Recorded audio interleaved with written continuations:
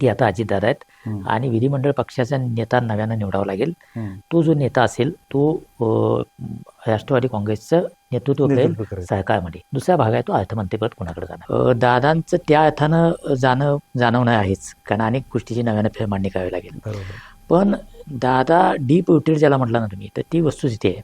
कोल्हापूरच्याच थेट पाईपलाईन योजनेच्या वेळेला ते एका भाषणात म्हणाले की थेट पाईपलाईन झाली नाही तर पवारची अवलाद सांगणार नाही. असं म्हणायचं धाडस इतका मोठा नेता जाहीरपणे करतो. उपमुख्यमंत्री अजितदादा पवार यांचं अचानक निघून जाणं हे मनाला चटका लावणार असं होतं. आपण कित्येकदा पोकळी निर्माण झाली असा शब्द प्रयोग करतो, आणि ज्यावेळी एखादी व्यक्ती कर्तृत्वाच्या शिखरावर असतानाच निघून जाते त्यावेळी खऱ्या अर्थानं या शब्दाचा आपल्याला अर्थ समजतो. अजितदादांच्या अचानक निघून जाण्यामुळं राजकारण आणि समाजकारणात अनेक प्रश्न निर्माण झालेले आहेत, आणि यावर चर्चा करण्यासाठी आज आपल्यासोबत आहेत डॉक्टर श्रीराम पवार साहेब. तर मनात अत्यंत एक गोंधळ असा आहे की या मुलाखतीला सुरुवात कशी करावी, कारण घटनाच अशी विचित्र आणि धक्कादायक आणि क्लेशदायक आहे की त्यामुळं कशी सुरुवात करावी हा एक प्रश्न आहे. पण तरी देखील आपण गेले 2 दिवस या संदर्भात आपण प्रतिक्रिया पाहतोय. म्हणजे अगदी सामान्य माणसापासून, गरीब माणसापासून ते कार्यकर्त्यांपासून ते नेत्यांपर्यंत, ठीक आहे, नेत्यांच्या प्रतिक्रिया आहेत, त्यांच्या भावना आहेत, हे मान्य आहे. पण मला विशेषतः एक जाणवलं की जे सामान्य गरीब लोक आहेत, सामान्य कार्यकर्ता आहे, तो ज्या पद्धतीनं व्यक्त होतोय, ज्या पद्धतीनं आपल्या भावना तो सांगतोय, आणि दादांच्याबद्दलचं काय प्रेम, आपुलकी तो काय व्यक्त होतो, ते बघितल्यानंतर, पाहिल्यानंतर, ऐकल्यानंतर असं वाटतं की दादांची मुळं ही मातीत घट्ट किती रुजली होती याचं एक प्रत्यंतर येते. म्हणजे हे काय रसायन होते, काय व्यक्तिमत्व होतं, काय वाटतं? एक तर दादांचा असा अचानक जाणं हा खूप मोठा धक्का आहे. तो राजकारणाला धक्का आहे, तसं समाजाला धक्का आहे. म्हणजे राजकारणात कुठलाही नेता जाण्यानं एक उलटापालटी होत असतात. मोठे नेते जातात तेव्हा अनेक गोष्टी नव्यानं सुरू कराव्या लागतात. दादांचं त्या अर्थानं जाणवणं आहेच, कारण अनेक गोष्टीची नव्यानं फेरमांडणी करावी लागेल. पण दादा डीप रुटेड ज्याला म्हटलं ना तुम्ही, तर ती वस्तुस्थिती आहे. आणि त्यात अजितदादांचं म्हणून स्वतःची एक राजकारणाची शैली विकसित झाली होती. ती त्यांनी जाणीवपूर्वक विकसित केली की त्यांच्या व्यक्तिमत्वाचा भाग म्हणून ती आपोआप आली, कसंही असू शकतं, पण ती त्यांची शैली तयार झाली होती. दादा सहजपणे म्हणायचे की या कामासाठी तुम्ही मुंबईला का आला, बारामतीतल्या लोकांना, पुण्यातल्या लोकांना, कारण हे काम इथं होण्यासारखं आहे, तुम्ही तिथं येऊन गर्दी करायचं काही कारण नाही. आणि म्हणजे ते थेट तुझं हे काम होणार नाही, तुझं हे काम होणार, तू पुन्हा इकडे यायचं कारण नाही, हे जो स्पष्ट वक्तेपणा आहे. आणि तो स्पष्ट वक्तेपणा थेट तर होताच, अनेकांना क्षणभर त्यावेळेला दादा असं का बोलले असं वाटलं असेल, पण त्या माणसाला नक्की नंतर जाणून गेलं असेल की दादा बोलले त्यात तथ्य होतं, हे होणार नाही म्हणजे काम होणारच नाही आहे. आणि जे काम होणार त्यात काय वाटेल ते कोण करणार. म्हणजे कोल्हापूरातल्या रंकाळ्याच्या जलपर्णीचं आपल्याला माहिती आहे की त्याच्यावर इतकी चर्चा, इतके वादविवाद आणि इतक्या गोष्टी घडल्या. दादाने एका दिवसात सांगितलं की हे संपवायचं म्हणजे संपवायचं. ते त्याच्या मागे लागले आणि ते संपलं. कोल्हापूरच्याच थेट पाईपलाईन योजनेच्या वेळेला ते एका भाषणात म्हणाले की थेट पाईपलाईन झाली नाही तर पवारची अवलाद सांगणार नाही. असं म्हणायचं धाडस इतका मोठा नेता जाहीरपणे करतो, त्याची आठवण आपल्या इथंच मुसेबांनी सांगितलं आणि त्यांनी घडवलं. हे थेट पाईपलाईनचं सही अनेकांनी घेतलं, ते आहे पण अनेकांचं, पण दादा बोलले तेव्हा म्हणा. आणि हे फक्त कोल्हापुरात नाही, महाराष्ट्राच्या कानाकोपऱ्यात तुम्ही जर बघितलं तर अनेक नेते, आमदार वेगवेगळ्या पक्षाचे, ते काही राष्ट्रवादीचे नाही आहेत, ते शिवसेनेचे आहेत, ते भाजपचे आहेत, ते वेगवेगळ्या पक्षाचे आहेत. तो प्रत्येक जण असं म्हणतोय की मी सार्वजनिक काम घेऊन गेलो आणि दादानी ते ऐकलं नाही, त्याच्यासाठी काही केलं नाही, असं होत नाही. हे जे आहे हे दादांकडे होतं. ते आपल्या कार्यकर्त्यांना न्याय देतच होते. म्हणजे त्यांनी स्वतंत्र राष्ट्रवादी काँग्रेस पक्ष स्थापन केला, ते भाजपसोबत गेले, याच्या मागची त्यांची भूमिका तीच होती की कार्यकर्त्यांना न्याय देता आपण राजकारणात आलो कशाला. म्हणजे दादांची राजकारणाकडे बघण्याची जी काही नजर होती ती अतिशय थेट स्पष्ट होती, त्याच्यामध्ये आडपडदा नव्हता. आणि ते कार्यकर्त्यांना आणि लोकांना भावते असं मला वाटते. कारण राजकारण वेगळ्या पद्धतीने होतं. आणि आपण चर्चा करतो अकॅडमिक लेवलला, अनेक चर्चा होतात की वैचारिक राजकारण असतं, राजकारण मूल्यांचा, विचारांचा हे असतो. दादानी ते सोडलं म्हणावं तर ते पूर्णपणे सोडलं पण नाही. पण दादा काम करताना आधी त्या माणसाचं काम झालं पाहिजे. वैचारिकता वगैरे आहे, हां. पण काम होणं, शेवटी आपण राजकारणात कशासाठी आलो, हा साधारणतः मला वाटतं की 90च्या दशकानंतर महाराष्ट्रात तयार झालेला प्रवाह आहे बरं. की आपण सत्तेमध्ये राहायचं कशासाठी, तर लोकांची कामं व्हायला कामं पाहिजे. व्हायला ज्या समाजाचं आपण प्रतिनिधित्व बरोबर, करतो बरोबर. त्या समाजाची जर कामं आपण करू शकणार नसू, हं. तर मग फक्त विचाराची झेंडी घेऊन करायचं काय. बरं. अशा प्रकारची भूमिका मांडणारा एक प्रवाह 90 नंतर महाराष्ट्राच्या राजकारणात स्थिरावला. अगदी बरोबर. दादा त्याचं प्रतिनिधित्व करणार होते. अच्छा. त्यामुळे दादा तुम्हाला रोखठोक वाटतात, ते थोडेसे स्पष्ट प्रकारे. कदाचित दुखावणारी भाषा बोलतात, हां. पण ते माणसाचं काम व्हावासाठी यासाठी प्रयत्न करतात. बारामतीत सामान्य माणूस प्रत्येकजण हळहळतो रडतो, हे ती कशामुळे गर्दी घडतंय, जर पाहिली तर सगळी, बारामतीचा सगळा चेहरा शरद पवारांनी त्याची पायाभरणी केली, यामध्ये ते काही काय वादच प्रश्नच नाही. नाही. हे शरद पवारांच्या कर्तृत्वाला नाकारायचं काही कारणच नाही. हं. पण मागच्या 20 वर्षामध्ये 20 ते 25 वर्षाचा जर स्पॅन आपण घेतला, तर दादा प्रत्येक छोट्या छोट्या गोष्टीमध्ये, म्हणजे संभाजी महाराजांच्या स्मारकाचा मुद्दा आहे, हं. हं. तर संभाजी महाराजांच्या बारामतीला नाही, ते त्यांच्या संभाजी महाराजांच्या स्मृतीस्थळात स्थित होते, अच्छा. तर त्याच्याकडे अतिशय काटेकोरपणे दादा सातत्यानं लक्ष ठेवून होते. ते सत्तेत असले किंवा नसले तरी बरं. ते, म्हणजे आपण एक भूमिका घेतली, संभाजी महाराजांचं स्मारक व्हायला पाहिजे, तर ते झालंच पाहिजे, यासाठी आग्रह, त्यासाठी तरतूद आणि त्या कामाचा फॉलोअप, ही जी काय दादांची शैली आहे ती मला वाटते की सामान्य पण माणसाला एवढे भावणारी नेते शैली आहे. बैठ, पण सामान्य कार्यकर्त्याशी एवढा कनेक्ट, एवढा संवाद साधणारा नेते आहेत, त्यांचा संवाद असतो सामान्य. पण दादाचा थेट एखाद्या सभेतनं एखादा कार्यकर्ता त्यांना काहीतरी सांगतो, एखादी चिठ्ठी पाठवतो, म्हणजे हे जे काय दादांचं जे व्यक्तिमत्व आहे, हे तुम्ही अनेक उदाहरणं दिली, उलगडून दाखवलं, हे केलं, पण म्हणजे हा एक विचार करण्यासारखाच मुद्दा आहे की दादांच्या व्यक्तिमत्वावर जे हे हा, मी तेच म्हणतो की ते त्यांच्यात आपोआप तयार झालेलं आहे. म्हणजे राजकारणातला जे वेगवेगळे नेत्यांची स्कूल्स आहेत, ते शरद पवारांच्या, यशवंतराव चव्हाणांच्या स्कूलमध्ये वाढले.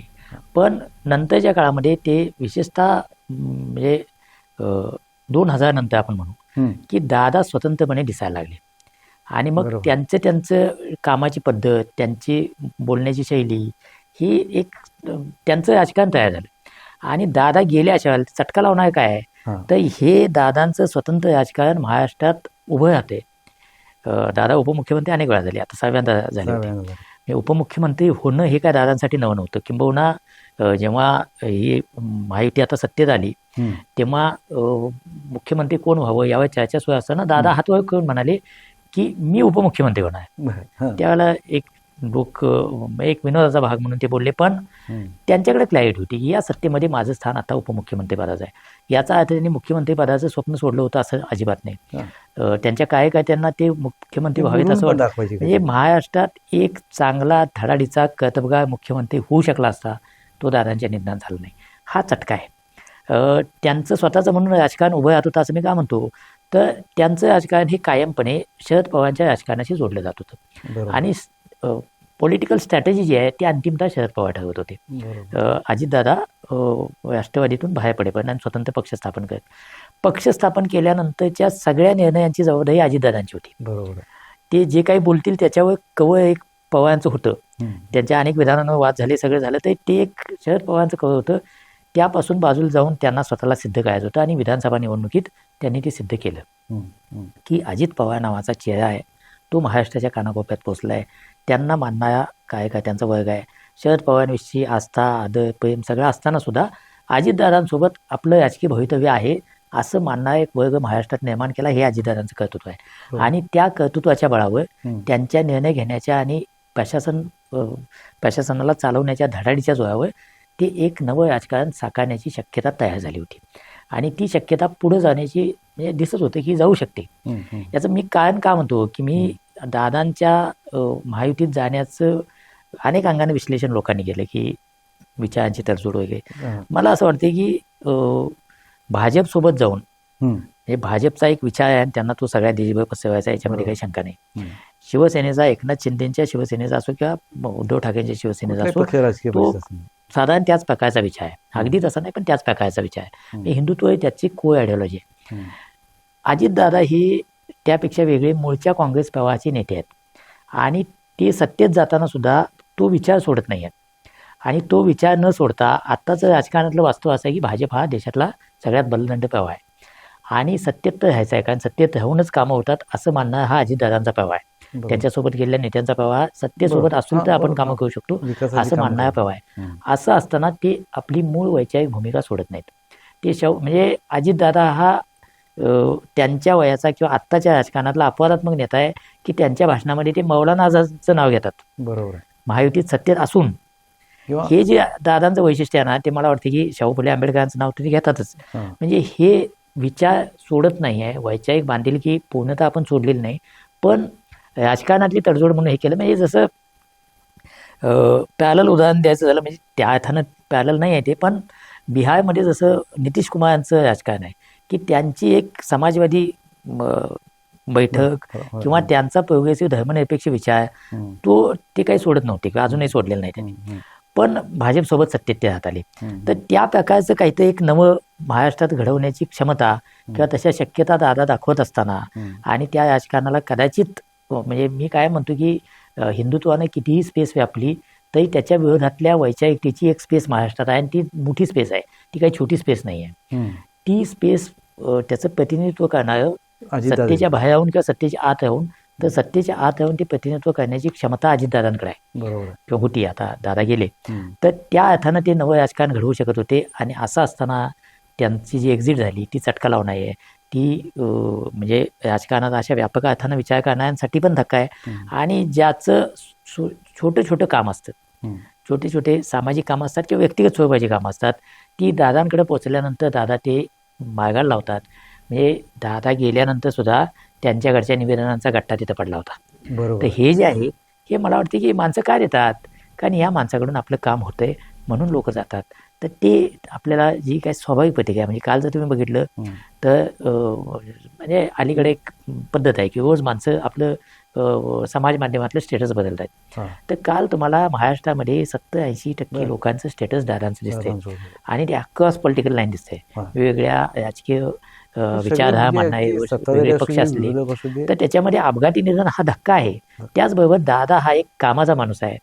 हा जो हे आहे की कामाचा माणूस आणि काम म्हणजे करून घेणारा माणूस, लोकनेता, हा लोकनेता. तर तो लोकनेता असण्याची जी भावना आहे ती मला वाटते की महाराष्ट्राच्या या प्रतिक्रियातून आपल्याला स्पष्टपणे दिसते. तुम्ही एक माझी उल्लेख केला, म्हणजे मी सुरुवातीलाच म्हटलो की दादांचं जाणं हे मनाला चटका लावणार होतं. त्याला जोडून एक तुम्ही एक संदर्भ दिला की एक दादा उपमुख्यमंत्री 6 वेळा झाले, त्यांना मुख्यमंत्री व्हायचं होतं आणि एक व्हिजनरी नेता, एक व्हिजनरी मुख्यमंत्री यासाठी महाराष्ट्र मुकला, असं मी उल्लेख मगाशी केला आणि ते खरं आणि योग्य पण आहे. म्हणजे या अर्थाने की दादाने राजकारणामध्ये आपली स्वतंत्र एक स्वतःची एक ओळख निर्माण केली होती. राष्ट्रवादी पक्षाचं एक शीर्षस्थ नेतृत्व असेल, एक प्रमुख पद असेल आणि एक डिसिजन मेकर त्याच्यातून घेणार. पण आता शेवटी समाज जीवन असू दे, कुठल्या असं एक प्रवाही आहे, राजकारण सुद्धा प्रवाही आहे. आता दादांच्या ॲब्सेन्समध्ये, अनुपस्थितीमध्ये आता या पक्षाची एकूण राजकारणाची दिशा कशी राहील? नाही, तर दादांचं जाणं हा इतका मोठा धक्का आहे की त्यातून पटकन बाहेर पडणं राष्ट्रवादी काँग्रेसचा, अजितदादांचा जो पक्ष आहे तर त्याला इतकं सहज नाही, तरी पण ते करावं लागेल. कारण राजकारण किंवा एकूणच समाज व्यवहार काही थांबत नाही, तो चालत असतो. दादांच्या जाण्याचे परिणाम नक्की आहेत, ते जाणवत राहतील, दीर्घकाळात जाणवत राहतील, पण थांबत नाही राजकारण. त्यामुळे जर तुम्ही बघितलं तर लगेचच वेगवेगळ्या प्रकारच्या पुढं काय याविषयीच्या चर्चा सुरू झाल्या, माध्यमात तर झाल्याच पण बाहेर पण सुरू झाल्या. आजच आमदारांनी मागणी केली की दादांच्या पत्नी सुनेता वहिनींना उपमुख्यमंत्रीपद द्यावं. ही वेळ योग्य आहे की नाही ह्याच्यावर चर्चा होऊ शकते किंवा सामान्य कार्यकर्त्याला वाटू शकते आहे दादा आत्ता ते गेले आणि आपण त्याच्या पुढचं बोलायला लागलो. हे भावना म्हणून ठीक आहे, पण राजकीय व्यवहार हा पुढे जात असतो आणि त्या अर्थानं जर बघितलं तर राष्ट्रवादी काँग्रेस समोर किंवा एकूणच सध्याच्या सत्तेच्या रचनेमध्ये 2 प्रमुख गोष्टींची पटकन उत्तर द्यावी लागतील. एक आहे ते राष्ट्रवादी काँग्रेसचा विधिमंडळ नेता कोण, बरोबर, ती आता अजितदादा आहेत आणि विधिमंडळ पक्षाचा नेता नव्यानं निवडावा लागेल. तो जो नेता असेल तो राष्ट्रवादी काँग्रेसचं नेतृत्व करेल सरकारमध्ये, म्हणजे उपमुख्यमंत्री पद त्या नेत्याला द्यावं लागेल. म्हणजेच एका उपमुख्यमंत्री कोण हे त्यांना ठरवावं लागेल. दुसरा भाग आहे तो अर्थमंत्रीपद कोणाकडे जाणार. दादाने अर्थमंत्रीपद अतिशय चांगल्या पद्धतीनं सांभाळलं होतं. दादांची बोलण्याचा ढंग, त्यांचा ग्रामीण भाग हे सगळं जरी असलं तरी अर्थकारणाची दादांची पकड मजबूत आहे, जबरदस्त. मजबूत होती. कारण त्यांना कळत होते की इनफ्लो पैशाचा येतो कुठं, आउटफ्लो जातो कसा, तरतुदी कशा काय लागतात, या पूर्ण मागण्या वाढल्या म्हणजे त्याचा परिणाम काय असतो, फिस्कल डेफिसिट वाढले की काय होतं, या सगळ्याची दादांची समज तयार झाली होती. त्यांनी अनेक अर्थसंकल्प सादर केले. तर मला असं वाटतं की ताबडतोब म्हणाल तर अर्थसंकल्प तोंडावा आहे आणि सगळी खाती अल्टिमेटली मुख्यमंत्र्यांकडे असतात.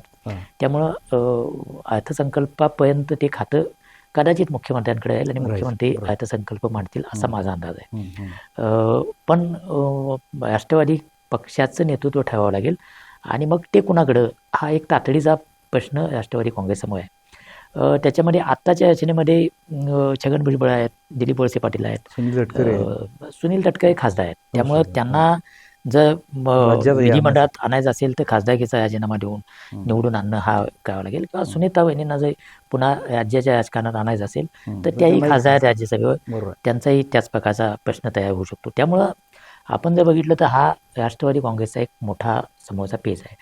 भाजप समोरचाही पेच आहे की उपमुख्यमंत्रीपद द्यायचं कुणाला, आणखीन अर्थमंत्रीपदाचं करायचं काय. तर अजितदादा आहेत म्हणून अर्थमंत्रीपद राष्ट्रवादी काँग्रेसकडे गेलं, ही अतिशय स्पष्ट अशी वस्तुस्थिती होती. अजितदादांनंतर ते फक्त राष्ट्रवादीमध्ये अजितदादांनंतर नाही, कोटीचा मुद्दा नाही. मग दिलीप वळसे पाटील पण कोटीचे आहेत, नाही असं तुम्ही म्हणू शकत नाही. किंवा तटकरे आले तर तटकरे म्हणू शकतात की तेही कोटीचे आहेत. छगन भुजबळ यांची कोट नाकायचं काही कारण नाही. मुद्दा फक्त कोटीचा नाही, तर नेता म्हणून तुमची बार्गेन करण्याची क्षमता किती हा पण प्रश्न असतो, आणि ती अजितदादांची होती. कारण दादांची राजकारणावर आणि संघटनात्मक पकड चांगली होती. दादा स्वतंत्रपणे आमदार निवडून आणू शकतात याची जाणीव भाजपला होती. त्यामुळे त्यांचं ऐकलं जात होतं. ते आता नव्या नेत्याचं त्या प्रकारे ऐकलं जाईल का हा एक प्रश्न आहे. पण दादा गेल्यानंतर ज्या प्रकारची सहानुभूती आहे राष्ट्रवादी काँग्रेससोबत ती आपोआपच येईल.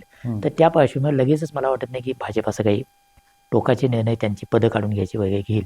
त्यामुळं सत्तेत राष्ट्रवादी काँग्रेस राहील. उपमुख्यमंत्री पद किंवा विधिमंडळ पक्षाचा नेता आणि राष्ट्रवादी काँग्रेसचा अध्यक्ष ही पदं निवडावी लागतील. प्रफुल्ल पटेल असतील, तटकरे असतील, किंवा भुजबळ असतील, दिलीप वळसे पाटील असतील, हे प्रमुख नेते आहेत. हसन मुश्रीफ आहेत, हे प्रमुख नेते आहेत. यांना बसून हे ठरवावं लागेल. त्याचबरोबर दादांच्या घरातल्या मंडळींचा विचार त्यामध्ये घेतला जाईल. म्हणजे दादांच्या पत्नी असतील किंवा दोन्ही मुलं असतील तर त्यांचाही विचार त्याच्यामध्ये घेतला जाईल. आणि आपल्याला काही दिवसात समोर येईल की उपमुख्यमंत्री पदावर कोण येईल, पक्षाचा अध्यक्ष कोण होईल, अर्थमंत्रीपदाचं काय होईल, या सगळ्या गोष्टी आपल्यासमोर येतील. त्यानंतरचा राजकारणातला एक महत्त्वाचा चर्चेचा जो मुद्दा आहे तो खरं तर महापालिका निवडणुकीपासून तो सुरू झाला आहे. दोन्ही राष्ट्रवादी काँग्रेस एकत्र येतील का, म्हणजे शरद पवारचे राष्ट्रवादी काँग्रेस आणि अजितदादांचे राष्ट्रवादी काँग्रेस, आता ती प्रक्रिया सुरू झाली असं दिसत होतं. जिल्हा परिषदेतही काही ठिकाणी हे दोन पक्ष एकत्र लढत आहेत. तर त्या पार्श्वभूमीवर आता दादा गेल्यानंतर ती प्रक्रिया वेग घेणार का हा एक प्रश्न आहे. आणि ती वेग घेणार असेल तर मग असं एकत्र येण्याचं नेतृत्व नॅचरल आहे की शरद पवारांचं नेतृत्व हे अल्टिमेटली दादा असताना पण ते सर्वोच्च नेते मानले जात होते. त्यामुळं शरद पवारांचं नेतृत्व असेल. पण त्यानंतर पेच एक मोठा जो आहे की ज्यासाठी दादा बाहेर पडले, आणि तेव्हा प्रश्न असा होता की भारतीय जनता पक्षासोबत सरकार मध्ये सामील व्हायचं की नाही. आणि दादांची भूमिका सत्तेसोबत जाणं हे फायद्याचं आहे. आणि म्हणजे जेव्हा 3 पक्षांचं महाविकास आघाडी सरकार झालं तेव्हाही दादांचा भूमिका अशी होती की 3 पक्षाच्या सरकारपेक्षा 2 पक्षाचं सरकार हे अधिक स्थिर असू शकते. दादांची विचार करण्याची पद्धत तीच होती. त्यांच्या ते तुम्हाला पटेल न पटेल, त्यात वैचारिकदृष्ट्या तुम्ही या भागातून त्या भागात जाताय अशी कन्फ्युजन टीका होऊ शकते. पण त्यांची भूमिका ही होती आणि त्या अल्टिमेटली त्यांनी ती भूमिका घेतली. त्या भूमिकेवरून राष्ट्रवादी काँग्रेसमध्ये 2 भाग झाले. आता एकत्र येत असताना अजितदादांसोबतचा जो पक्ष आहे, म्हणजे अजितदादांनंतर जे कोणी नेते सत्तेत आहेत ते काही सत्ता सोडणार नाहीत. हे अतिशय स्पष्ट आहे. हे राजकारणातलं वास्तव आहे, रिअल पॉलिटिक आहे. तर ते काही सत्ता सोडणार नाहीत. त्यामुळं मग शरद पवारांचा पक्ष वेगळा राहिला त्याचं जर मूळ कारण भाजपसोबत जायचं नाही हे असेल, तर आता भाजपसोबत असलेल्या अजितदादांच्या नंतरच्या पक्षासोबत तडजोड करताना काय करायचं, हा शरद पवारांच्या राष्ट्रवादी काँग्रेस समोरचा पेच असेल. आणि त्यातून त्यांना सुटका करून घ्यावी लागेल. म्हणजे सत्तेसोबत जायचं असेल तर मग शरद पवारांच्या राष्ट्रवादी काँग्रेसमध्ये असलेल्या नेत्यांचं सत्तेतलं स्थान काय हे पण ठरवावं लागेल. आणि मग सत्तेसोबत जायचं नाही तरी पण आघाडी करायची आहे असं जर काही एक पुन्हा अधिक एक स्वतंत्र अस्तित्व ठेवून. हा एक नवं काहीतरी कॉम्बिनेशन करायचं असं जर काय असेल तर माहीत नाही, पण ह्या सगळ्या गोष्टी येणाऱ्या काळामध्ये स्पष्ट होतील आणि त्यामधला पेच आहे तो भाजपसोबत सत्तेत शरद पवारांच्या राष्ट्रवादी काँग्रेसनं सहभागी व्हायचं की नाही या पेचावर अंतिमतः काहीतरी मार्ग काढावा लागेल. पण विलिनीकरण किंवा मर्जर किंवा आघाडी याची चर्चा आता निश्चितपणे खूप जोरात मूळ धरायला लागेल आणि त्या पातळीवर काही ना काही ते होता येईल. त्यामुळे राजकारणातले 2-3 तातडीचे पेच आहेत. मग त्यानंतर आता नजीकच्या काळात कुठल्याच निवडणुका नाही आहेत. जिल्हा परिषदेच्या संपल्या की कुठल्याच निवडणुका नाही आहेत. त्यामुळे हे राजकारण आता जे काही तयार होईल ते 2028 पर्यंत जवळपास स्थिर राहील. लोकसभेच्या निवडणुका होईपर्यंत याच प्रकारे जवळपास राजकारण जाईल. त्यानंतर मग कदाचित पुढचा भाग आहे की भारतीय जनता पक्ष स्वबळाचाच नारा देईल का, मग अजितदादा किंवा एकनाथ शिंदे यातल्या, अजितदादा म्हणजे दादा नाहीत पण आता दादांचा पक्ष किंवा एकनाथ शिंदे यांचा पक्ष यातल्या एकाचीच निवड केली जाईल का, हे पुढचे प्रश्न आहेत. पुन्हा एकत्र येतील का, इकडे जातील मग पुन्हा विरोधी स्पेस जी आता खूपच आकसल्यासारखी दिसते पण ती वास्तवात कायम तशी राहत नाही. त्यामुळे मग ती स्पेस घ्यायला कोण पुढे येईल, हे सगळे पेच आहेत. मग असं काही घडेल का की या सगळ्या प्रवाहातले ज्यांना भाजप अजिबातच मान्य नाही ते सगळे एकत्र येऊन नवं काही करतील का, ते काँग्रेससोबत जातील का, अशा अनेक शक्यता आहेत. राजकारण हा अंतिमतः शक्यतांचा खेळ आहे, आर्ट ऑफ पॉसिबिलिटीज आपण म्हणतो राजकारण म्हणजे. तर त्यामुळे त्या सगळ्या शक्यता आहेत. दादांच्या जाण्यामुळे खूप मोठे प्रश्न तयार झाले आहेत आणि ते काही असे सहजासहजी उद्या त्याचं उत्तर मिळेल म्हणजे तात्पुरती उत्तर काढावीच लागतील, त्याला काही पर्याय नाही. पण त्यामुळे राजकारण लगेच सेटल होईल असं मला वाटत नाही, त्याला काही काळ जावा लागेल. समाजकारण राजकारणात प्रचंड त्यामुळे म्हणजे अचानक या सगळ्या घडामोडी अनपेक्षितपणे घडल्यामुळे हे सगळं घडलेलं आहे. आता एक शेवटचा एक प्रश्न आहे की एक दादा म्हणून किंवा एक विकासाचा चेहरा म्हणून दादांच्याकडे बघितलं जातं, निर्णय क्षमता होती, रोखठोकपणा होता, प्रशासनावर पकड होती आणि त्यात एक महाराष्ट्राचा एक वेगळा चेहरा दादांनी देण्याचा प्रयत्न केला. राज्याला दादाने एक विकासाचा चेहरा म्हणून कशा पद्धतीने दिला, काय म्हणजे त्याबद्दल? दादांच्या संदर्भात एक असं म्हणता येईल की दादांचा राजकारणातला उदय होण्याच्या आधीचं महाराष्ट्रातलं राजकारण हे प्रामुख्यानं ग्रामीण भागावर अधिक लक्ष देणार होतं.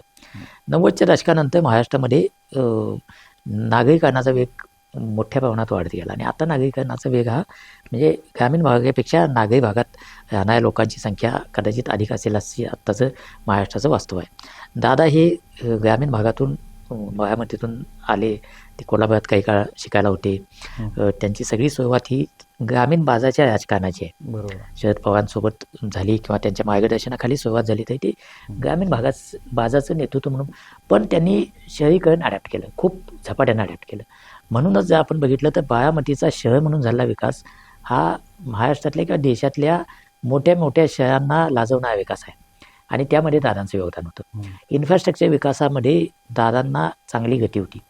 म्हणजे ते प्रोजेक्ट आणणं इतकंच नाही आहे तर ते प्रोजेक्ट प्रत्यक्षात म्हणजे ते वास्तवात येतील यासाठीचा पाठपुरावा, अधिकाऱ्यांच्या मागे लागणं, फंड्सची उभारणी करणं, हे सगळं दादांना जमत होतं. पिंपरी चिंचवड जे नवं साकारलं त्यामध्ये दादांचा रोल निश्चितपणे खूप मोठा आहे. अलीकडच्या काळातले जे इन्फ्रास्ट्रक्चर मेट्रोसारखे प्रोजेक्ट आहेत त्यामध्ये दादांचा अर्थमंत्री म्हणून योगदान आहे. त्यामुळं दुसऱ्या बाजूला शेतीमध्ये पण त्यांना इंटरेस्ट होता, शेतीच्या विकासाकडे, आणि ते स्पष्टपणे सांगायचं त्यांच्याकडे धाडच होतं की कर्जमाफी करायला पाहिजे पण कायम कर्जमाफी होऊ शकत नाही. आपल्याला शेतीच्या उत्पादन वाढवण्याचे नवे मार्ग शोधावे लागतील, तंत्रज्ञानाकडे बघावं लागेल. हे दादा अतिशय स्पष्ट वक्ता त्या अर्थानं जे जाहीरपणे ते सांगायचे, जमिनी विकून राजकारणात येऊ नका, राजकारण वांगाळ आहे, बरोबर, हे म्हणायचं धाडस दादांकडे होतं. एक काल परवा व्हिडिओ फिरतोय की ते म्हणतायत की हे राजकारणात पाया पडायचं जे काही स्तोम चालू झालंय हे बंद केलं पाहिजे. पाया पडण्यासाठी लोक कोण राहिले नाही बाबा नव्हता, पाया पडू नका, नमस्कार का पुरेस आहे, हे पाया पडताय म्हणजे एका हाताने लाचारी दाखवत आहे, हे सांगायचं धाडस जे आहे ना, म्हणजे अनेक वेळा त्यांची भाषा कटू, म्हणजे हा एक बदल आहे, म्हणजे तो नोंदवला पाहिजे. दादांच्या सुरुवातीच्या काळातल्या प्रत्येक विधानाकडं त्यांचा आयोगच म्हणून बघितलं गेलं. माध्यमांचे त्यांच्याकडे बघण्याची जी दृष्टी आहे ती एका अर्थानं एक चौकटबद्ध दृष्टी होती आणि ती कायम शरद पवारांच्या तुलनेत दादांना बघितलं गेलं. एका अर्थानं मीडियानं दादांवर अन्याय केला. याचं कारण असं की शरद पवार आणि अजित पवार हे काका पुतणे असले, पवारांच्या तालमीतच दादा तयार झाले असले तर पूर्णपणे वेगळी व्यक्तिमत्व आहेत. शरद पवारांचं राजकारणाची शैली, संघटना उभा करण्याची शैली आणि समाजाच्या सगळ्या क्षेत्रातला त्यांचा वावर हा वेगळ्या प्रकारचा होता, दादांचा वेगळ्या प्रकारचा होता. दादांची भाषाशैली, दादांचं प्रश्न समजून घेण्याची पद्धत, पवारसाहेबांची प्रश्न समजून घेण्याची पद्धत याच्यामध्ये फरक आहे. पण पवारांच्या तुलनेतच दादांकडे सुरुवातीच्या काळात बघितले त्या गेलं, सुरुवातीची चष्म्यातच किमान एक पाहायचं. 10-15 वर्ष तरी दादांकडे असंच बघितलं गेलं. त्यामुळं दादा जे बोलतात त्याचे वेगळे म्हणजे जे विशेषतः काय म्हणू आपण की मध्यमवर्गीय जो एक विशिष्ट संभावित वर्ग असतो त्याला ती भाषा रुचत नव्हती. अलीकडच्या काळामध्ये मात्र त्यामध्ये एक मोठा बदल झाला की दादा बोलतायत त्याच्याकडं एक रांगडेपणा म्हणून बघितलं पाहिजे, मोकळा ढोकळा हा स्वभाव मोकळा ढाकळा स्वभाव म्हणून बघितलं पाहिजे. हे जसं बाळासाहेब ठाकरेंच्या बाबतीत झालं, हा. ही तुलना जशीच्या तशी योग्य नाही, पण बाळासाहेब ठाकरेंकडं सुरुवातीच्या काळात त्यांच्या प्रत्येक विधानावर आक्षेप घेतले जात होते. त्या काळातले पत्रकार असतील, त्या काळातला समाज असेल, पण नंतर ती ठाकरे भाषा म्हणून समाजाने मान्य केली. बाळासाहेब ठाकरे असंच बोलणार, पण ते बोलण्यामागं त्यांचं म्हणणं हे समजून घेतलं पाहिजे, अशा प्रकारची भूमिका नंतर तयार झाली. दादांच्या संदर्भात ही भूमिका आता तयार होत होती. म्हणजे पोटात दादा एक आणि मिश्किल मोठावर एक हात असली असं काय भानगड काय नव्हती नव्हतं. त्यांच्याकडे. तर ते मिश्किलपणे बोलतायत, ते थेटपणे बोलतायत, ते ग्रामीण भागातली उदाहरणं देऊन बोलतायत जी शहरी भागात कदाचित शहरी ज्या चौकटी आहेत त्यामध्ये बसणार नाही. अलीकडच्या काळामध्ये समजून घ्यायला सुरुवात झाली होती बरोबर. की हा कामाचा माणूस आहे, बोलतो पण कामाचा माणूस आहे. ते होत असताना दादा गेले. हे 2 दिवस समाज माध्यमावर दादांची बोलण्याची शैली, भाषणाची शैली ते हे लोकांनी ते लोकांना अलीकडे आवडायला लागली होती. हा. माध्यमं पण ते समजून घेत होती. अशा काळात मी म्हणतो ना की सुरुवातीच्या नवं काळात राजकारण दादांना याचा तोटाही हा सहन त्रास करावा झाला, त्याचा त्रासच झाला. हा. त्यांची एक विशिष्ट प्रतिमा तयार करायचा प्रयत्न झाला किंवा झाली पण. हम्म. पण तो काही दादांचा ॲरोगन्स नव्हता. ते नैसर्गिकरित्या उत्स्फूर्तपणे आलेली त्यांची ही होती. ती आता कुठं समाजाला ओरिजिनल झाला, स्वाभाविकपणे ते बोलणं ते त्यांचं कळायला असं. लागलं, ते समाज मान्य करत होता, हा. मीडिया मान्य करत होता. हम्म. अशा वेळेला ते दादा आपल्यातनं निघून गेले आहेत. त्यामुळं शैली म्हणून पण नागरिकांचा एक अभ्यास किंवा त्या प्रश्नांवर धडाडीनं निर्णय घ्यावेत आणि अंमलबजावणी कशी करावी याचा एक वस्तुपाठ म्हणून पण दादांकडे बघायला पाहिजे. त्यामुळं ग्रामीण भागातल्या प्रश्नांची जाण आहे, तिथल्या विकासाचे प्रश्न कळतायत आणि शहरी भागातल्या शहरीकरणाच्या विकासाचे पण प्रश्न कळतायत आणि त्यातही कॉन्ट्रीब्युशन आहे. असा एक अपवादात्मक बीज बनलेला नेता या निमित्तानं काळाच्या पडद्याआड गेलेला आहे. त्यामुळे ती एक मोठी पोकळी म्हणायचा एक प्रकार असतो, पण खऱ्या अर्थाने पोकळी आहे. आणि त्या जाणवली अर्थात दादांचं त्याची. जाणं हे मोठा परिणाम करणार आणि चटका लावून जाणार आणि आहे. आपण सविस्तर चर्चा केली की दादांचं जाणं किती चटका लावणारं होतं किंवा दादांची संवादशैली कशी होती, शिवाय दादांच्या जाण्यामुळं समाजकारण राजकारणामध्ये आता काय बदल होऊ शकतात त्यावर आपण चर्चा केली. आणि मला शेवटी एवढंच म्हणायचं आहे की सकलमच्या वतीनं दादांना आमची भावपूर्ण श्रद्धांजली.